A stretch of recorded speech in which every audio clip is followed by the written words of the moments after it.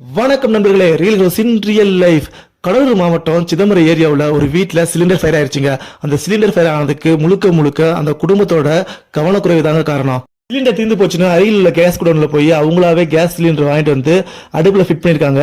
அவங்க அடுப்புல ஃபிட் பண்ணும்போது கரெக்டா அந்த ரெகுலேட்டர் ஃபிட் ஆகாதனால கேஸ் வந்து லீக் ஆயிருக்குது. அந்த லீக் ஆனதை அவங்க கவனிக்காம அடுப்பை பற்ற வச்சிருக்காங்க. அடுப்பை பற்ற வைக்கும் போது சிலிண்டர் ஃபயர் ஆயிருச்சுங்க. சிலிண்டர் ஃபுல்லா கேஸ் இருக்கிறதுனால வீடு முழுக்க தீ பரவுன உடனே வீட்டு உரிமையாளர் அருகில் உள்ள சிதம்பரம் தீயணைப்பு மற்றும் மீட்பு நிலையத்துக்கு தகவல் தெரிவிக்கிறாங்க. நிலையாளர் போக்குவரத்து திரு மணிவண்ணன் அவர்களின் தலைமையில தீயணைப்பு வீரர்கள் விரைந்து சென்று அந்த வீட்டில் இருக்க தீயெல்லாம் அணைக்கிறாங்க. சிலிண்டர் ஃபயர்னாவே ஒரு சேலஞ்ச் இருக்கதாங்க செய்யும். வெறும் நெருப்பெரியுதுன்னா தண்ணியை ஃபோர்ஸா அடிச்சு நம்ம அணைச்சிடலாம். ஆனா சிலிண்டர் ஃபயர்ல நம்ம எவ்வளவுதான் ஃபோர்ஸா தண்ணி அடிச்சாலும் சிலிண்டர் அணைவே அணையாதுங்க. சிலிண்டர்ல ஆக்சிஜனே போகாத அளவுக்கு அந்த சிலிண்டர்ல ஈரச்சாக்கு அல்லது வாளி எடுத்து வேகமா அடிச்சு அணைச்சா மட்டும்தாங்க அணைக்க முடியும். சுத்தமா அந்த சிலிண்டருக்கு எரியறதுக்கு ஆக்சிஜனே போகாத அளவுக்கு ஒரு வாளியை போட்டு மூணா மட்டும்தாங்க அணைக்க முடியும். அந்த சிலிண்டர்ல ரெகுலேட்டர் எரியாம நல்லா இருந்துச்சுன்னா அந்த ரெகுலேட்டரை க்ளோஸ் பண்ணாலும் அணைஞ்சிடும். அதே ரெகுலேட்டர் வந்து ரொம்ப ஃபயர் ஆயிடுச்சுன்னா ரெகுலேட்டர் கொஞ்ச நேரத்தில் அது வந்து அப்படியே உருகிருங்க.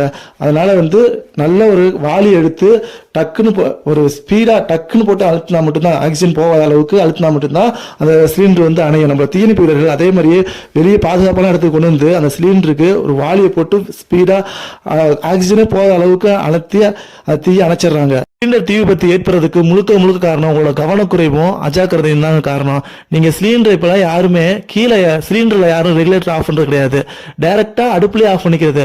அடுப்புல ஆஃப் பண்ணா போதும் எதுவும் ஆகாது அப்படின்னு நினைச்சுக்கிட்டு இருக்கீங்க.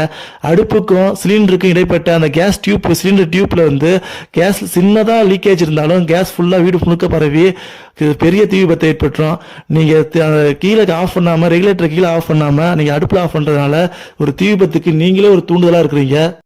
சிலிண்டர் ரெகுலேட்டர் டியூப் எல்லாம் எக்ஸ்பைரி ஆகிறதுக்கு முன்னாடியே புதுசா மாத்தி பாதுகாப்பா பயன்படுத்துங்க. அடுப்பு அப்ப சர்வீஸ் பண்ணி ரொம்ப பாதுகாப்பா பயன்படுத்துங்க.